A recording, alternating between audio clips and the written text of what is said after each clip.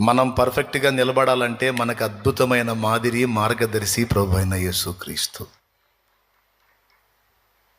ఆనాడు అంత నిగ్రహ శక్తి, అంత పట్టుదల, అంత భారం, అసలు ఎట్లా ఎట్లా వచ్చింది మనకది?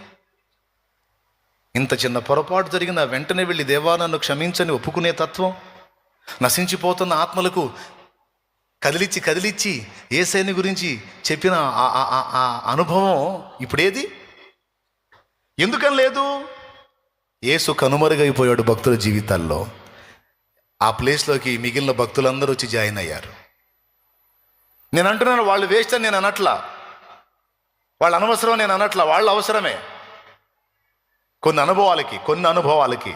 కానీ అన్ని అనుభవాలకి సత్యమై ఉన్న యేసు కావాలి. అయిపోయింది. ఏం కావాలి?